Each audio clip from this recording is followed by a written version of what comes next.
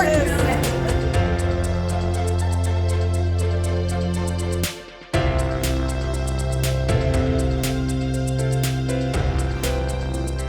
name is Cathy Spahr. I want to welcome you all here today for International Women's Day.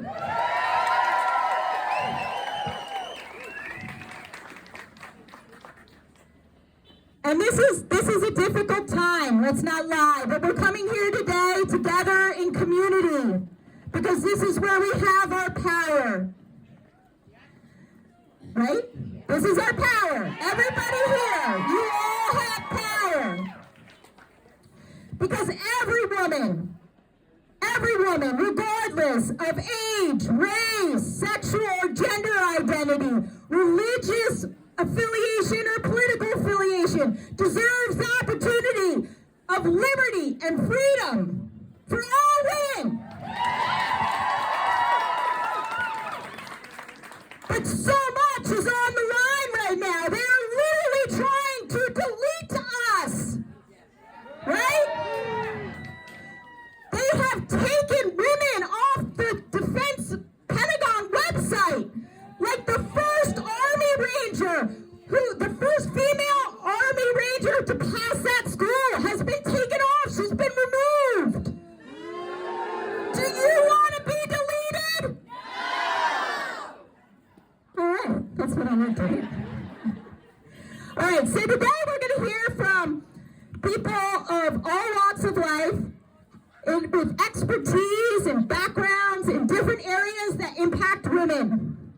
And most importantly, these women, they're not state representatives, they're not Congress people, they're people in our community doing the work. And you know what that means? That means you can do the work too. So, we have homework while we're here today, because I like to assign homework, because coming out for a rally, it doesn't stop here. We have to do the work when we leave. We need to take on the suffragettes who gave us the freedom to vote to begin with. They didn't just rally and go home. They did more than that. So we have to do that too, because that is how we are going to protect the future of these young girls right here, is living here and doing the work.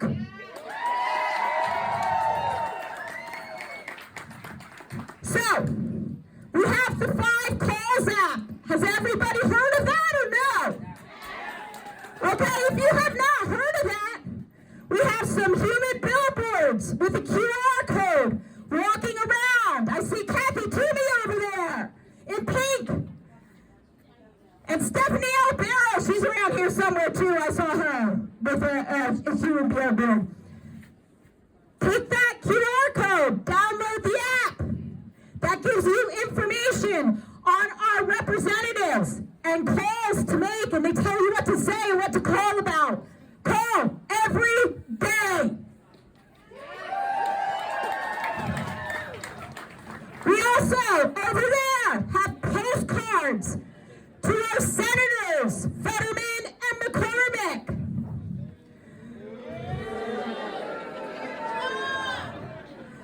Please, write a postcard.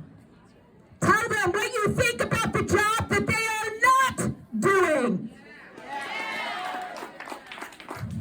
We are also collecting donations for the Domestic Abuse Project of Delaware County, also over there. We hope that you will support them, because right now we have a bunch of people who think that women being abused is A-OK. And it's not. And we're going to hear about that today as well. I think I got all the calls to action. Voter registration, thank you. Voter registration, if you need to register because you're a new voter, do we have any girls here today or young men who are about to turn 18 and would like to register to vote? Please head over to that table and make sure you register. Also, make sure that you're satisfied with what you're registered as. If you're an independent, you cannot vote in primary. elections here in Pennsylvania. But if you would like to be able to vote in a primary election, please change your voter registration over at that table.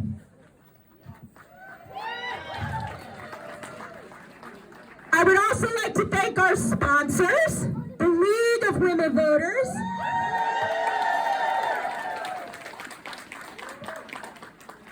we also have Bowling Green Patriots, we have HCAN Indivisible, Indivisible Lower Marion, Delco PA Indivisible, and Indivisible Mainline South. This coalition of indivisible groups is also known as CD5, and they are the groups that have come together to lobby Congresswoman Mary Gay Scanlon. If you would like to get involved in Indivisible, I would encourage you to do so. Indivisible started in 2017 out of a resistance to Trump. It was organized by staffers from Obama and Clinton, and they created a guide on how to resist our members of Congress. Well, they're still going strong, and they've now looked at, well, how can we resist any legislator, state, local, Congress, whatever, if they're not doing their job, right? So, this is really important. We need to keep resisting. I also want to thank the organizers for today, Peggy Wilson, Alicia Granger, Erica Brignat, and Stephanie Darrenessian.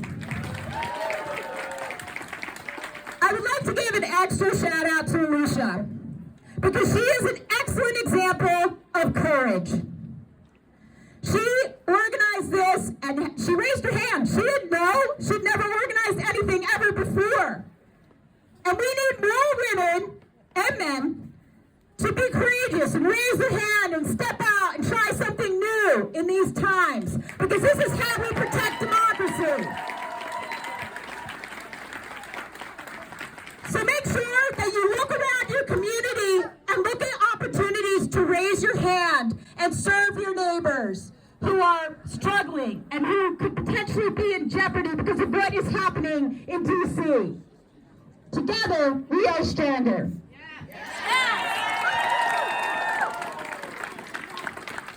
So, our first speaker is going to be Anne from League of Women Voters.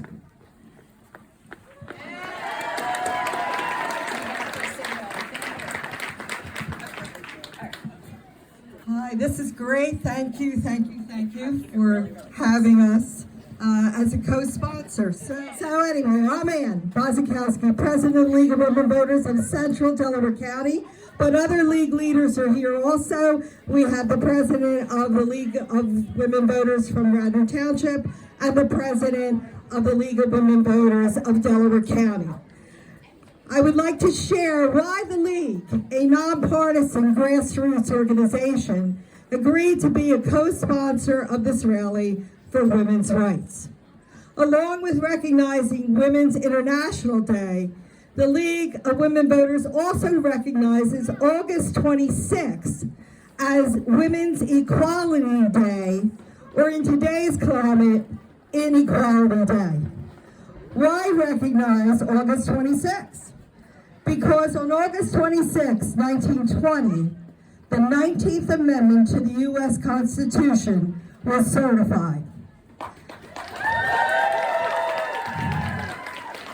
The 19th Amendment states, the right of citizens of the United States to vote shall not be denied or abridged by the United States or any state on account of sex.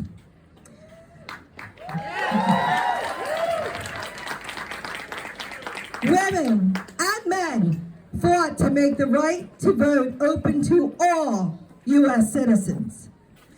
As we all know, our freedoms are also being threatened, which include the freedom of reproductive choice, the freedom to be who we want to be, the freedom to read what we want to read, the freedom of free speech, along with a free and independent press, the freedom of health care, the freedom to be treated fairly, and the freedom to live in a country that embraces at least or respects diversity, equity, and inclusion.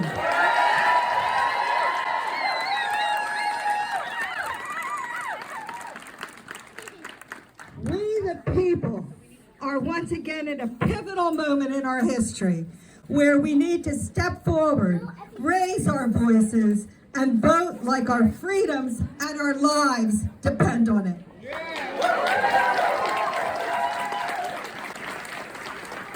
So be a champion for our rights and our democracy by supporting our system of checks and balances, urging Congress to exercise authority, demanding a transparent, accountable, independent, and ethical justice system, by lobbying for good governance, and by protecting free and fair elections, and by resisting voter suppression.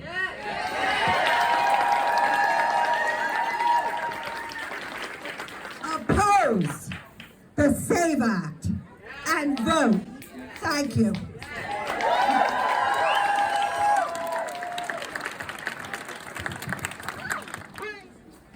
Next up is Jodine Mayberry from the League of Women Voters.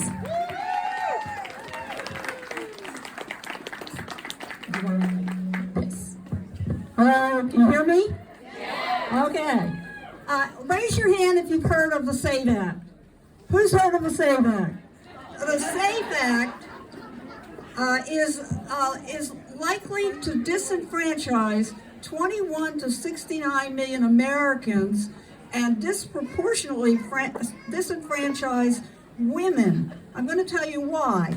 It requires that people have identification for voting that states on the identification where you were born. And only our passports do that. The real ID in 5 states do that. So if you don't have a piece of identification, government issued identification stating where you were born, you have to present another form of ID and your birth certificate. And for women, you have to present ID where your birth certificate name is the same as the name you use now.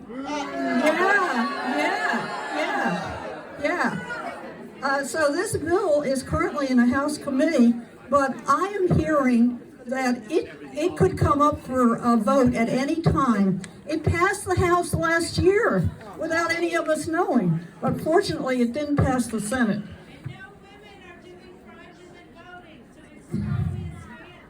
Nobody's doing fraudulent voting. Right, exactly. And the whole purpose of this bill is to prevent non-citizens from voting. And we all know that non-citizens don't vote.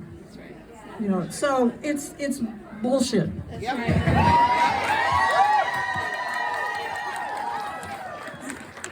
All right, so we have to get on the stick right now and lobby. Not so much lobby Mary Gay because she's with us on this, but we have to lobby our senators. Yeah, make sure that, John, I'm going to work with you, Fetterman, doesn't vote for this bill.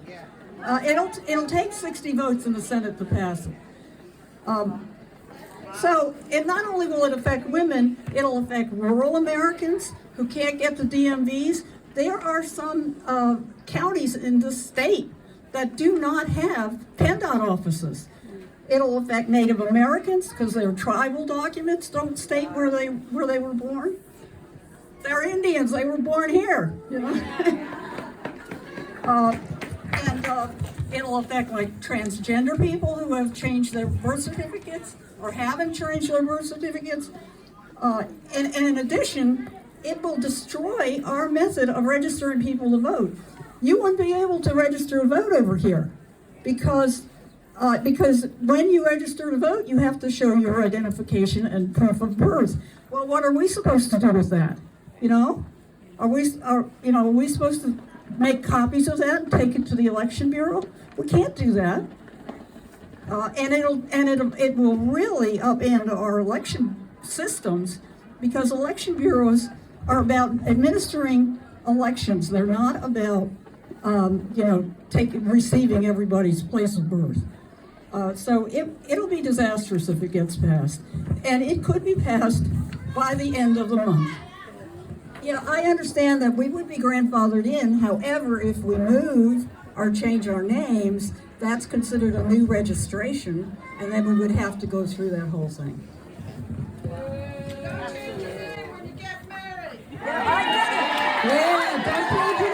get married, girls.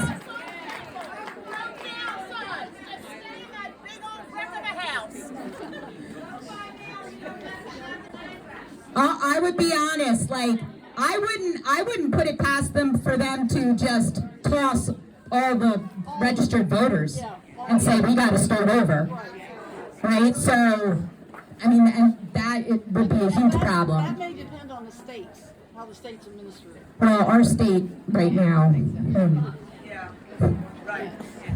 I have my own worries about the state of Pennsylvania.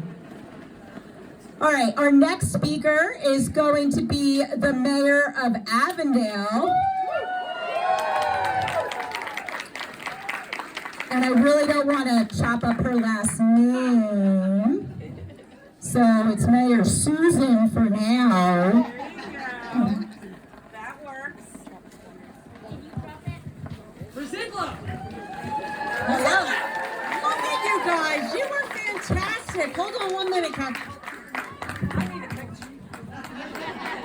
Oh, you guys all look beautiful. You're amazing. Hold up your signs. Yeah. Hey, hey! Ho, ho! Misogyny has got to go! Yes. Wow, thank you so much for coming out. So I'm Susan Rzucidlo. I'm the mayor of my town, but I'm also the mom of a young man who has a severe form of autism. We rely on Medicaid. We've relied on Medicaid for his insurance since he was 2.5 years old and was diagnosed. I have a 94-year-old father who has Medicaid, Medicare, and Social Security. He relies on those to live. We cannot allow this government to take these entitlements away. We need to protect our most vulnerable people. They want to take them away to benefit billionaires who do not need the help. We need to protect what happened to our country. What happened to taking care of the least, the most vulnerable? Where did that go? Why is that gone? I don't understand it. You know, I want to talk, when I talk about Medicaid, and DEI is important, but remember the last letter, it's DEIA. Accessibility is also important. We need to protect all of us. Everybody. Come with me. D-E-I-A. D-E-I-A. That's what we need to take care of. Medicaid is incredibly important. If they want to protect babies. How many percentage of, actually, wait, I have that number. Hold on. I got it here. I got you. Hold on. 41% of births in America are paid by Medicaid. 1 in 4 adults with disabilities rely on Medicaid. Half of all children with special needs rely on Medicaid. 21% of Americans, 83 million people, rely on Medicaid. We cannot allow them to cut this. We must call our senators.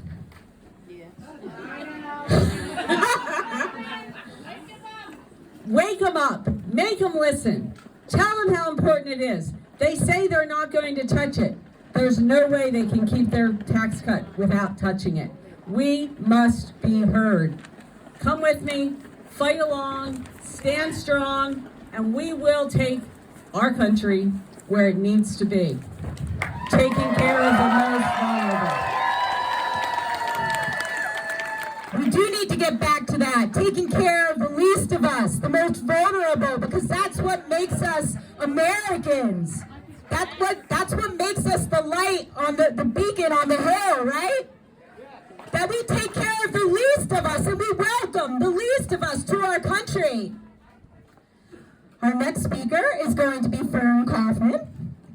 Oh, she just looks, oh. You got this, girl! Look, we are all powerful here. We all have power. Hello, everyone. It has been a while since I've spoken in front of a bunch of people, so bear with me. Great. I should quit while I'm ahead then, right? So my dear friend Susan Rzucidlo, I didn't botch the last name. Oh, rub it in. My dear friend Susan Rzucidlo had asked me to come out today, and I say that a friend in need is a pest. So I'm going to take my filibuster moment, so bear with me here, okay? Because this is going to be a quiz. Argentina, Australia, Austria, Belgium, Brazil, Canada, Chile, China, Croatia, Denmark, Germany, Finland, France, Vatican City, remember that one, Russia, England, Greece, Hungary, Iceland, India, Israel, Italy, Ireland, Mexico, New Zealand, Norway, Pakistan, Poland, Ukraine, Switzerland. What do you think this is a list of?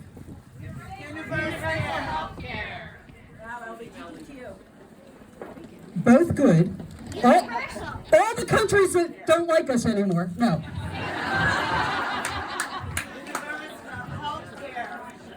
These are all countries, and I abbreviated this list. This is a third of the full list. I left off the countries that some of us haven't heard of before. This is a list of countries that all have had or currently have women leaders. Vatican City! What? So, you know, I, like everybody, doom scrolling the internet, and I want to find out, you know, what's going on in the world. Are all the MAGA people really sorry with what they've done to themselves and to us as a result? And one of the interviews was, you know, why did, you know, the male Hispanic voters vote for, and I'm not going to say his name, so I'll call him Voldemort. Why did they vote for Voldemort? And a lot of them said, well, you know, women belong in the kitchen. Now, my wife is a terrific cook, don't get me wrong. But she can do a lot of other things. And if all of these women can run these countries, I ask this question. Did the men starve? Kind of sure that they figured out how to eat. Mexico, right? She's in power 6 years. She's crushing it. Gotta say she's Jewish too. Thank you. Now, listen. I know I've got a tiny little lady brain. Admission is the first step towards recovery. But here's the thing. My best friend just lost her house in the Palisades fires. She's the head rabbi out there. 300 families in that synagogue lost their homes, including all of the leadership, the cantor, the associate rabbi, and the rabbi emeritus. With all of that going on, these are the things that just this week we were interested in. We have to remove images of a ship because the name of the ship has the word gay in it. Now, they couldn't get water up to my friend's house, but thank God we got rid of the pictures of this ship, right? And our biggest national security threat, are not the cast of clowns that we now have running the country. The biggest national security threat that I have been able to find on the internet is where trans people pee.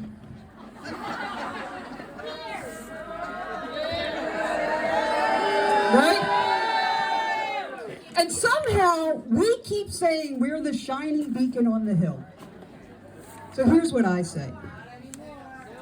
I say, and I understand this is about women today, but it's about so much more. Maybe we stop with the black, white, gay, straight, Republican, Democrat. Maybe we stop giving everything some kind of label and find our moral compass again. Maybe we think and we stop and we ask ourselves, if what we're doing helps somebody, do it. And if it serves to hold them back, don't do it.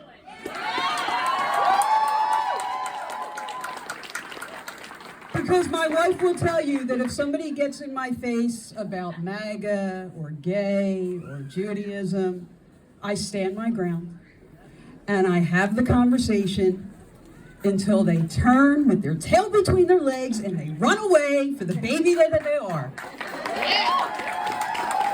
All 5'3" of me stands up to them. Maybe we do that instead. And maybe we find our moral compass again and join Vatican City in understanding what women can do. Thank you. All right, let's hear it for Fern. That was fire. So, there are so many things under attack, and one of the most important things that's under attack that, apparently they're embarking on their final mission, the Department of Education. I honestly don't even know what that means, that they're embarking on their final mission. I mean, your mission is education. Are we ending education or something? But education is so much as what has allowed women to rise up, right? And become, have those big dreams and then have the freedom and the liberty to choose those big dreams, right? Like become doctors and lawyers and welders, right? Like and everything in between. And so my next speaker is the school board president of Chester Upland School District, Amanda Johnson. Good afternoon, everybody. Can you hear me? All right, we're here. We're making our voice loud and clear. Now, I just want to say something because when the kids are in school and someone wants to take something from them, we have a little saying to them, someone comes up to you and want to take something from you, you say, stranger danger. So, do you mean to tell me now we have to point to Washington and say stranger danger? You're trying to take my education? You're trying to take away my future? You're trying to take something from me? So our kids are now having to look to the people that are in charge of providing and helping and saying stranger danger? That is very sad. And that is why we're here just making my voice clear, because I said I can't sit back and not say anything. Because there are too many people saying, oh no, it's going to be okay. Let me tell you, it is not going to be okay. If you see the kids a few years from now, will you be able to look these children in the eye and say, I stood for you? Or are you going to say, I'm sorry, I should have stood for you? So this is the opportunity. Our voices do matter. For people who think that they don't, they do. Because there's a lot of things changing when something goes out and people start to talk. There's a change that happens. Even if it's subtle, even if it's undercover, it still happens. This let us know that if we shout loud enough, our voices will make a vibration. That's what they do. That's how our eardrums work. So when we shout, they will hear it. So let us clear.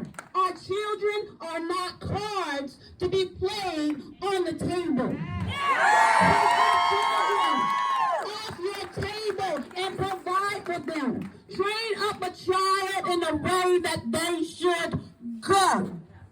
And we heard the saying, throwing out the baby with the bathwater. So you mean to tell me you want to throw out the baby, the bathwater, the bath, and the whole bathroom? No, let's be prepared to fight for our children. They deserve it. Our children, what we do right now will determine their future. What we say right now will determine their future. Our children deserve that. That is the least of it. So take our children off your plate or table or whatever it is you want to call it, because our children deserve better. And our children matter. Our children matter. Our children matter. And I want to read this because I thought it was interesting that we always say a phrase, what we learned in kindergarten. All I really need to know, I already learned in kindergarten. But they're trying to take kindergarten away. So what will they know if there's no kindergarten? It says share everything. Play fair. Don't hit people. Put things back where you found them. Clean up your mess. Don't take things that are not yours. Say you're sorry when you hurt somebody. Wash your hands before you eat. Flush. Warm cookies and milk are good for you. Live a balanced life. Learn some and think some and draw and paint and sing and dance and play and work every day some. Even take a nap every afternoon if you can. When you get into the world, watch out for traffic. And unfortunately, I feel like our children have been put in traffic right now. Hold hands and stick together.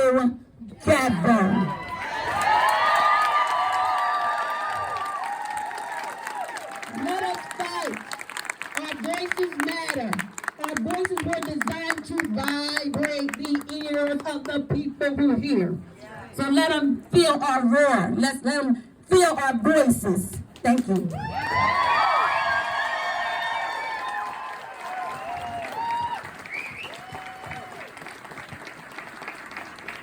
I just want to point out, Amanda is also a deacon, so she does some preaching on the side, so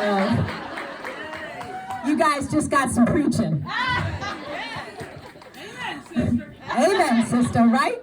We're going to vibrate some ears today, right? We got postcards over there. Get to writing, because that works well for vibration, too. Yeah. So our next speaker is Pastor Alina. She is with the Domestic Abuse Project of Delaware County, and violence against women is a real issue, and she's going to talk to you about that.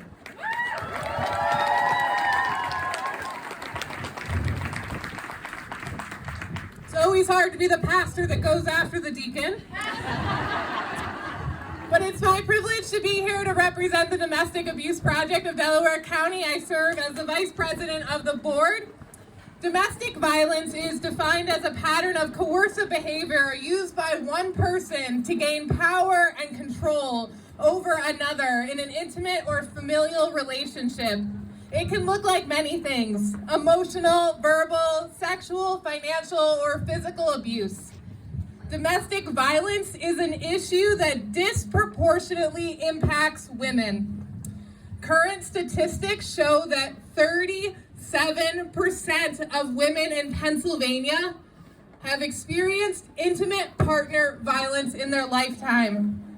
It is almost certain that each of us has someone in our lives who has, is, or will be a victim of domestic violence. It could be the friend who stopped calling. It could be the coworker who's always late to work. It could be the teen who just started dating. Last year, 119 Pennsylvanians lost their lives to domestic violence, and 6 were residents of Delaware County. Now, more than ever, we need the financial support to ensure that we have the counselors to counsel, the advocates and the attorneys to support our clients in court, the crisis counselors to answer the 24/7 hotline. 43% of DAP's funding comes from federal sources. It is an extreme risk of DAP's ability to provide these services for the survivors in our community. So if you're wondering how you can help, the first is obviously financial donations, but also gift cards to grocery stores as they help those clients transitioning into their new permanent homes. You can donate clothing and other items at Thrift and Thrive, not only to the proceeds of our thrift shop in Pilgrim Gardens support the Domestic Abuse Project, but clients can get anything they need there free of charge.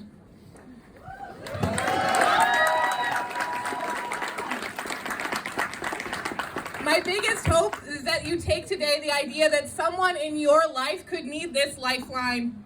Sharing information about the Domestic Abuse Project of Delaware County, sharing information about our 24/7 hotline with anyone and everyone could be one small thing you do to save a life.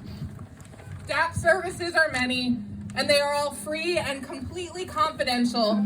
Last year, DAP's hotline answered just under 4,000 calls, met with 487 victims who walked into the office for help.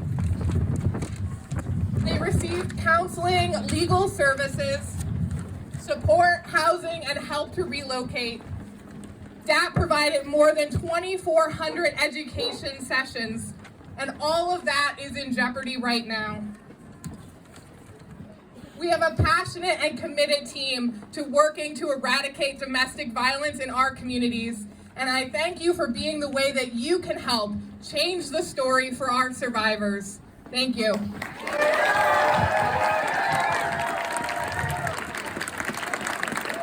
So we're going to move on to our next speaker, which is Dr. Lisa Goldstein. Hello, everyone. Thank you for being here. And thank you for having me. I'm Lisa Goldstein. Like you, I'm a mother, a daughter, a wife, a grandmother. I'm a doctor, one of the leaders of Physicians for a Healthy Pennsylvania. I helped found Indivisible Mainline South. And Delco, you don't know it, but you helped elect me to the Pennsylvania Democratic State Committee, so thank you. So even though I'm losing my voice, I am not going to be silenced. Doctors are speaking out increasingly because we care, not just about politics, but about your health, the health of your family, and the future for our children and our grandchildren. Women, you won't be surprised, women make 80% of healthcare decisions in our country. And right now, healthcare is under a relentless attack by this administration. 5 years ago, instead of protecting us, Donald Trump spread misinformation about COVID-19. He ignored science, and he fueled vaccine skepticism. And we are still fighting that battle because his boy RFK Jr. He's confusing the public and undermining trust in scientifically proven life-saving vaccines. He even canceled the annual meeting of the experts who determine the makeup of next year's flu vaccine. Why? His words and actions have consequences. I cannot believe in 2025 that I am standing here talking to you about measles. Measles is an entirely preventable childhood illness It was wiped out in the United States in 2000. But right now in Texas, there are almost 200 cases. There are more than 20 people in the hospital, and 2 people have already died. And next door in neighboring Montgomery County, we have our first case of measles.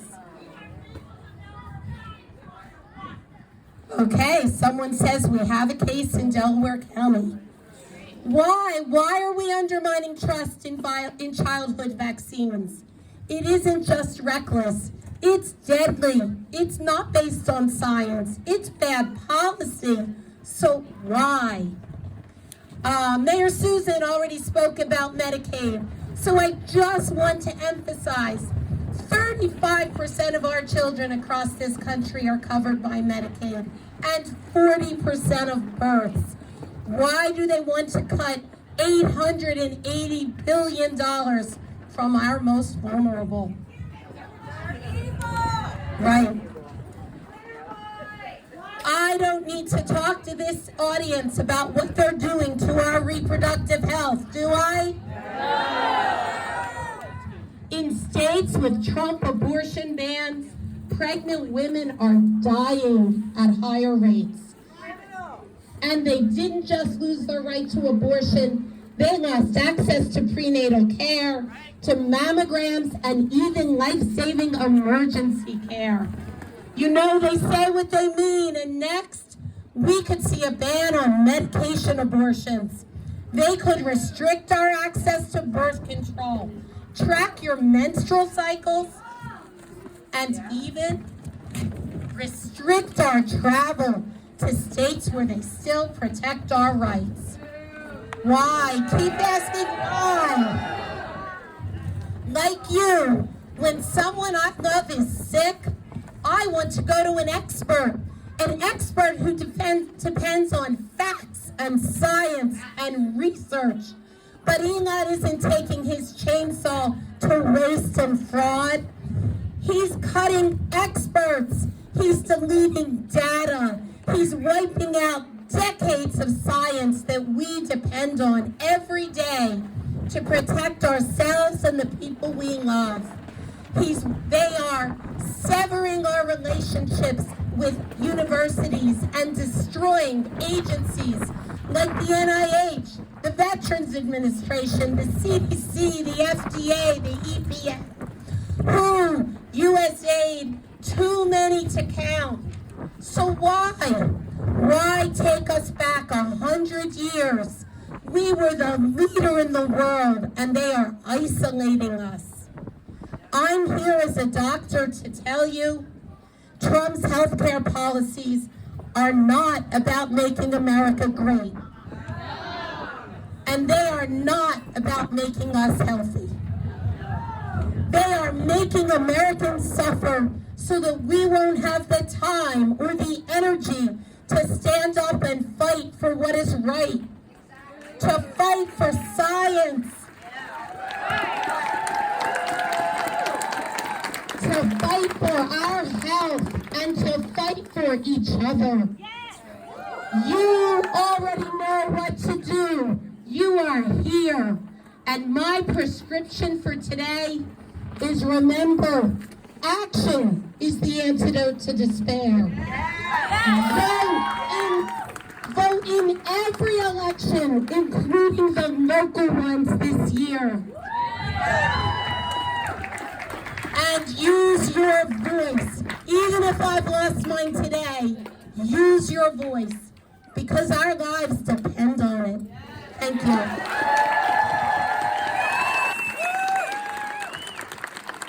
Lisa mentioned the local elections this year, and judges are on the ballot this year in Pennsylvania. In Pennsylvania, we elect our judges to the State Supreme Court, Commonwealth Court, and Superior Court, and also the Court of Common Pleas here in Delaware County. And judges are the last line of defense. So you need to vote if you want to make sure our abortion rights are protected. You need to vote if you want to make sure that you have access to the ballot box. Because judges are going to be the ones who protect that. So remember, you have to vote this year. Our one speaker was going to talk to the wage gap and the value of unions. And unions fight for us. You know, they're the reason, as we often hear, why we have a 2-day weekend, a 40-hour work week, why we have paid holidays, vacation days, sick time. You know, they're the ones that have fought for so much of the equality that we currently have now. But the wage gap is still a thing. Women are still not getting paid what men are getting paid. And you know what? I just gotta say, I know I'm biased, but I think women really should be running the world.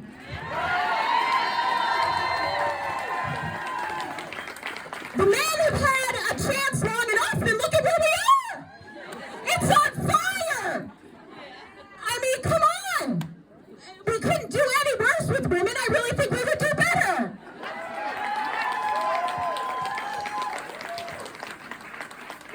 The theme of International Women's Day today is Accelerate Action. And we gave you a lot of actions to take today. And I'm going to remind you that we really need to take a page out of the suffragettes' playbook. The action just didn't happen at the rally. The action also happened outside the rally. We need to find people and have people who are courageous enough to engage in civil disobedience. We need to have women who are willing to shut things down. This is how they got us the right to vote. So if we want to make sure that we're not going to get run over by the Doge thing, then we need to be taking these steps and not just showing up here at these rallies, but taking action outside, calling our representatives, making noise, having Democratic town halls if we happen to have a Republican state representative like we do in the 160th in Delaware County. We need to be having, empty seat town halls for Dave McCormick, because I'm pretty sure he's not willing to talk to a single person here. And that is not representation. So we need to do whatever we take to make sure our voice is heard. And I do have one chant that I want to leave us here today. And so I want you guys to repeat after me as the echo for this chant. Women are the future. Women are the future. The mighty, mighty future. The mighty, mighty future. Everywhere we go. Everywhere we go. People want to know. People want to know. Who we are. Who we are. So we tell them. So we tell them. We are the future. We are the future. And take that power and take it home and be the future.